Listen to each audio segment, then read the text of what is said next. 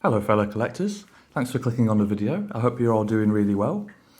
I thought it would be fun to do a video just about my favourite pickups from last year, some of my favourite additions to my collection. While some of these are my favourite films, or among my favourite films, some of them aren't. Some of them are just wonderful additions, or just wonderful experiences that I had from last year with my film journey. So let's dive right in. First up is this gorgeous edition, this Diamond Luxe edition of Gone with the Wind. I picked this one up in January last year, so it was one of my first pickups for the year. And I've been wanting to watch this one for years. It was one that, obviously this is an absolute classic. Heard so many things about, as you do over the years, I'm sure we all know, famous lines from it, or the one particular famous line anyway. I'd had my eye on this particular Diamond Luxe edition for a little while. I was delighted to find it on eBay for just around £20, which I think was a fantastic deal, as it's long out of print. It was. I'd seen a couple Clark Gable films, but this was my first introduction to Vivien Leigh. And slight spoilers for the movie for anyone that hasn't seen it. I often struggle with films where the main character isn't really one that you root for, or isn't that good a person, or that sort of thing. So, for example, Barry Lyndon, I definitely struggled with. When I just can't connect fully with that main character, it just I'm not able to fully engage in the film for whatever reason. And in the case of Gone with the Wind, Vivien Leigh's character certainly is one that she's not a great person, not by any stretch of the imagination. And yet she was such a stunning actress in this.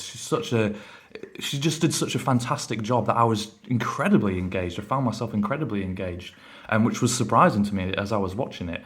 Considering the vast length of this one, it was a long one. It went by, fairly briskly for me, and it was a real experience to watch. I was really glad that I did, and considering this was 1939, to see it in full colour was beautiful. And this Blu-ray release is really great. I thought it looked absolutely amazing. Next up, we'll go for the Fantastic Mr. Fox. This is the American Criterion edition of Fantastic Mr. Fox. And while I've seen this one many times, I picked this one up, I think, around the middle of last year. Amazon, for some reason, had dropped a few of their American Criterions in price by a considerable bit, so I picked up a few of them. And this was one that I absolutely jumped on. I know that we've, in the UK, got a release of Fantastic Mr. Fox now, but we didn't at that time, and I obviously had no way of knowing that they would release it over here. But I was delighted to pick this one up. This is one of my favourite films. I'm a big fan of Wes Anderson, and this film in particular is it's just a real mood changer for me. So if I'm having a bad day, or I'm going through a bit of a difficult time, I can stick Fantastic Mr. Fox on, and man, it makes me feel so much better. It just puts that smile on my face. I absolutely love this film, and I've got a niece and a few nephews. And I'm really glad that with something like Fantastic Mr. Fox, it's something that I can share with them as well. It's a great family film as well, which not all Wes Anderson films are, obviously. Which just adds to my love of this film. I was really delighted to pick this one up, finally be able to add it, because we didn't, up until Criterion did release their edition in the UK, we didn't really have a great edition of this, I thought. And this edition is gorgeous. Next up is Girlfriends, and this film was just an incredible surprise to me. So Zavvi had a sale on last year, maybe around April time, I want to say, just for female-directed films, and you had to buy two to get the offer. And I was interested in getting Certain Women, I wasn't particularly interested or hadn't heard of really any of the other films, and so I was just looking at the blurb of a few. And I decided to pick up Girlfriends. It looked interesting, looked like an interesting film. And out of nowhere, I watched this one, and it became maybe my favourite film of last year that I saw. I absolutely adore it. Every second was wonderful. It's what I'd call a slice of life. So you just follow this character through what's her early 20s, trying to follow her dreams and her relationships and her friendships and just what's going on in her life. And I loved every second, and it was so unexpected.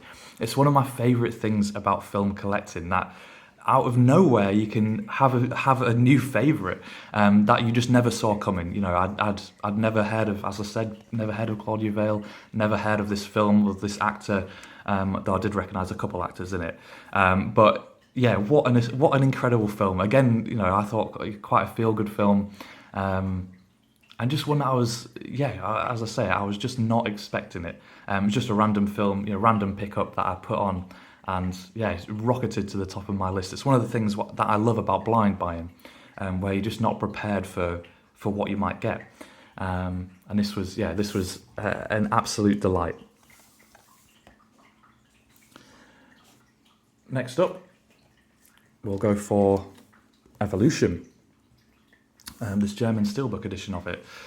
This was a film I was so happy to see get a Blu-ray release, let alone a Steelbook, and a gorgeous Steelbook at that.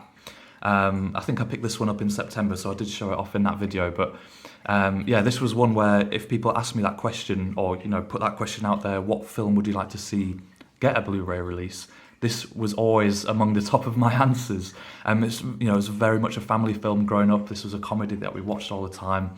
A great, you know, we made the most of that DVD that we had, and yeah, I was absolutely delighted to see it get a Blu-ray release, and with such gorgeous packaging as well. This was one where I watched it almost, you know, straight after it came in and straight after it arrived. I ordered it as soon as I was able to. And yeah, often with, you know, those films that you watch growing up, and I hadn't seen this one for years, you know, you can be a bit hesitant before you see it, just in case, you know, is it going to live up to my expectations? Is it going to be as good? What if it's going to be disappointing? I really don't want that. But this film completely lived up to my expectations. It was hilarious. Duchovny and Orlando Jones are a fantastic comedy duo, and I kind of wish, I've no idea how they would have made any sort of sequel or anything like that, but it would have been really fun to see them in another film together as well. But yeah, as I say, this completely lived up to my expectations. All the nostalgia came rushing back, all the comedies still hit, and it was, oh, what a wonderful watch, and certainly one that I'm going to revisit, yeah, plenty of times. And yeah, again, so delighted to have it in this gorgeous looking steelbook. Next up, we'll go for this incredible release of Interstellar from Manta Lab. I hadn't really got into collecting, or certainly not collecting premiums, when HD Zeta released their edition of Interstellar, and I thought, you know, when I saw that they had released it, I thought, oh, well, that's it, I've missed out now. And I was so happy when I saw that Manta Lab were going to release this film, and having it in hand, it is absolutely gorgeous. Maybe the finest looking release that I own. This lenticular, I'm not sure if it comes across on camera, but the depth in it is amazing. Yeah, absolutely gorgeous. And this is probably my favourite Nolan film. I'm not sure what it is about Interstellar. I would liken it to watching Star Trek when I was a kid. It just captured my imagination.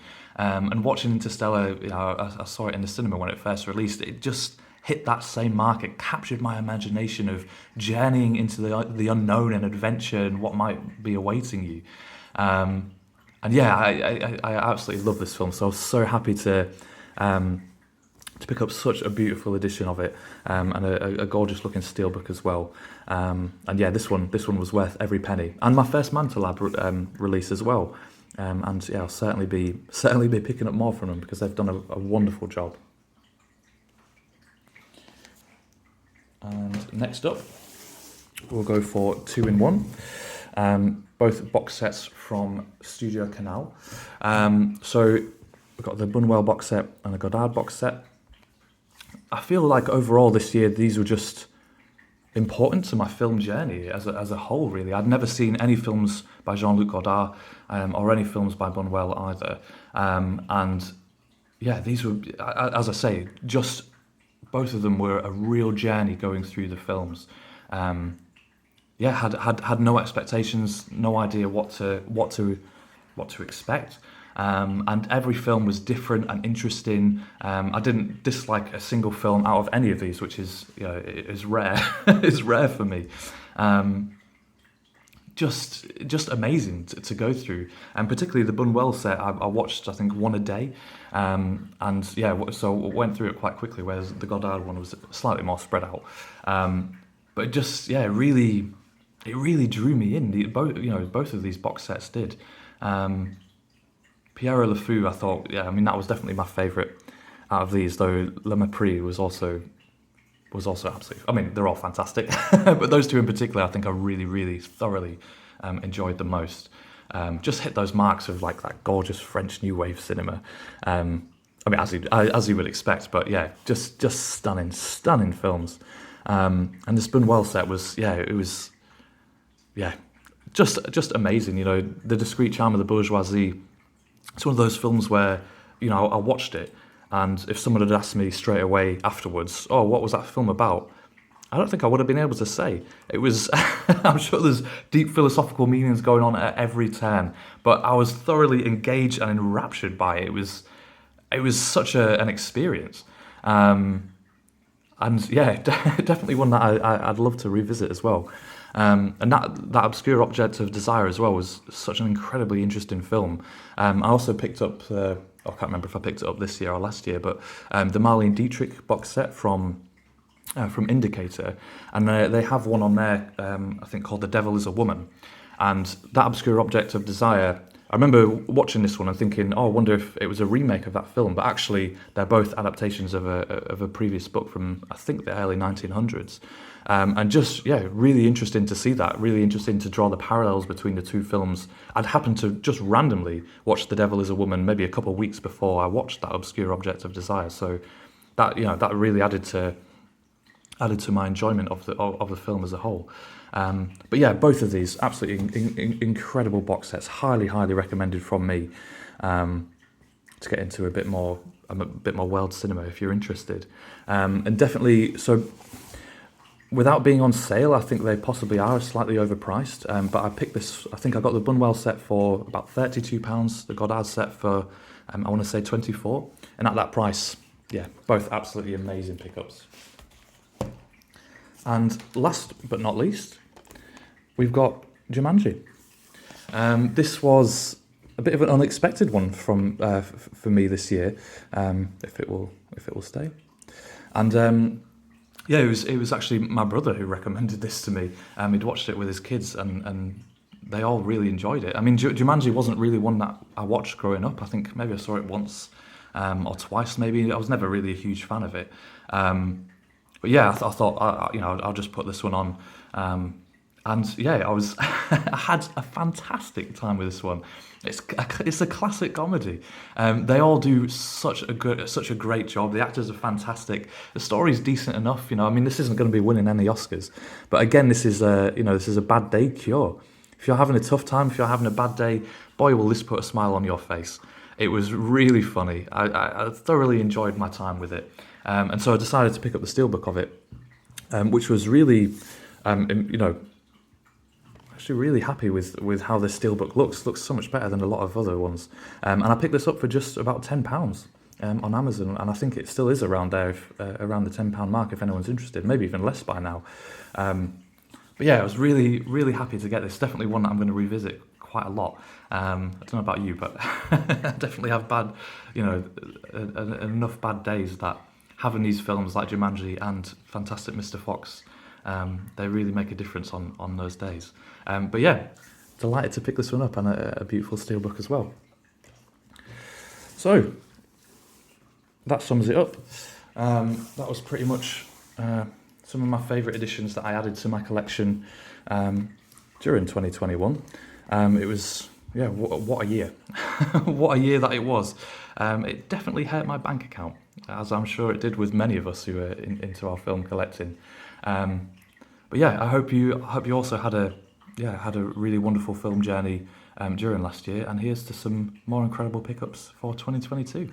Thanks so much for watching. I'll see you in the next one.